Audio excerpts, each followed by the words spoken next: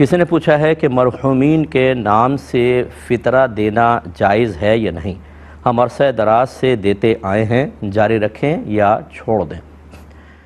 دیکھیں، صدقہ فطر اس شخص پر واجب ہوتا ہے جو عید الفطر کی طلوع فجر کم از کم پالے اور اس کے اوپر زکوٰۃ واجب ہو، یعنی اتنا نصاب ہو کہ زکوٰۃ بن جائے۔ یوں سمجھ لیجئے، اتنا نصاب مالک نصاب ہونا چاہیے، چاہے اس پر سال نہ گزرا ہو لیکن مالک نصاب ہو اور وہ زندہ ہو۔ تو زندہ آدمی کا اصل میں ہوتا ہے تو شخص پر ہوگا، اور اگر وہ غنی ہے جیسے مالک نصاب ہے تو اس کے نابالغ بچوں کا بھی اس پر لازم ہوتا ہے۔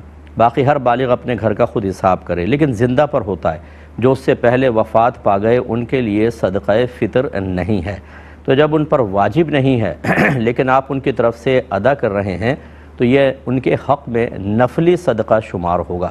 تو اگر کرنا چاہیں تو جاری رکھیں تو ان کو نفل کا ثواب ملے گا، لیکن اس نیت سے کرنا کہ شاید ان کی طرف سے صدقہ فطر ادا ہوگا، یہ سوچ ٹھیک نہیں ہے، کیونکہ صدقہ فطر کے واجب ہونے کی شرط میں نے آپ کی خدمت میں ذکر کی۔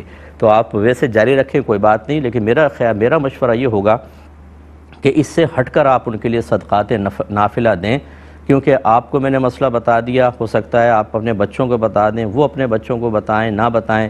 یہ بعض اوقات ایسا ہوتا ہے کیونکہ ہماری بہت ساری نسلیں ایسی ہیں جو مذہبی ماحول سے دور ہیں، وہ گھر کی رسومات کو مذہب کا نام دے کر پھر اختیار کر لیتے ہیں اور غلط نظریات آگے چلتے رہتے ہیں۔ تو خلاصہ کلام یہ ہے کہ سال کے پورے درمیان میں آپ کریں، خاص طور پر اہتمام کر کے صدقہ فطر دیں گے تو شاید آنے والی نسلوں کے ذہن میں غلط مسئلہ نہ بیٹھ جائے کہ مرے ہوئے کا بھی صدقہ فطر دینا واجب ہوتا ہے، اور اگر یہ خوف نہیں ہے تو اس کو بھی جاری رکھ سکتے ہیں۔ کسی نے کہا